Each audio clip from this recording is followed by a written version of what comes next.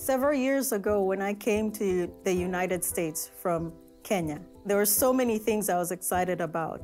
But when I came here, I found that I was not prepared for everything that was going to happen. The first thing that happened is I ran out of money. You see, I only had $200 in my pocket. That didn't last long. And when I ran out of money, I was hungry for days. And just when I thought things couldn't get worse, my mother died and I was not able to go home. I was close to giving up my dream. You see, I could not see the purpose of God in the suffering. I did not understand that God was trying to build me up, to make me a stronger person. You see, during those times of hardship, I would not have been able to see how God would come through. The circumstances were deafening.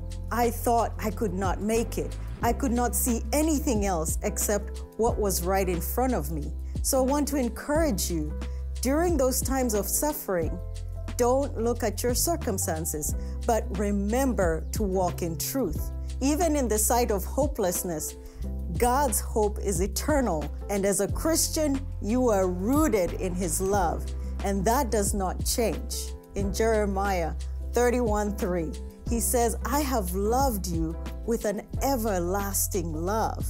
When you think of everlasting, there is no beginning or end to it. So you can be sure that even though these circumstances are saying something different, God's word is telling you that is not true. In Ephesians 3:17-18, we are also reminded of the depth of God's love, of the length of His love. You see, God's love is not two-dimensional. It's not some small kind of love that is based on what you do or what you don't do. That doesn't matter.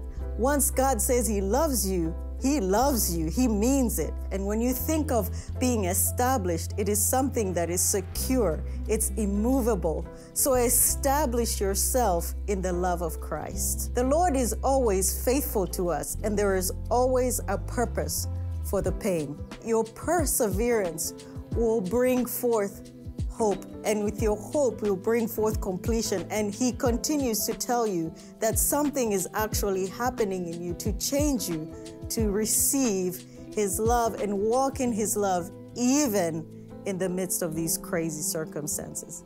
So I hope today you'll be reminded of God's love and His faithfulness even in the sight of suffering.